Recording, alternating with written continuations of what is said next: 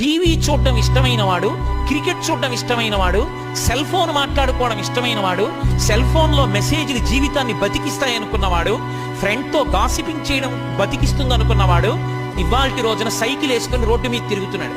ఎక్కడో ఒక cheap engineering కాలేజీలో చదువుకుంటూ సమయాన్ని సద్వినియోగం చేసుకున్న పిల్లవాడు ఐఐటిలో చదువుకుని ఒక కంట్రీ మేనేజర్ కాబోతున్నాడు.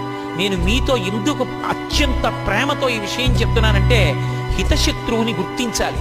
అప్పటికి సంతోషాన్ని ఇస్తుంది, కానీ అది ఎంత ప్రమాదాన్ని తెస్తుందో జ్ఞాపకం ఉంచుకొని దానికి దూరంగా మనంత మనం నియంత్రించుకోకపోతే జీవితంలో వృద్ధిలోకి రావడం సాధ్యం కాదు.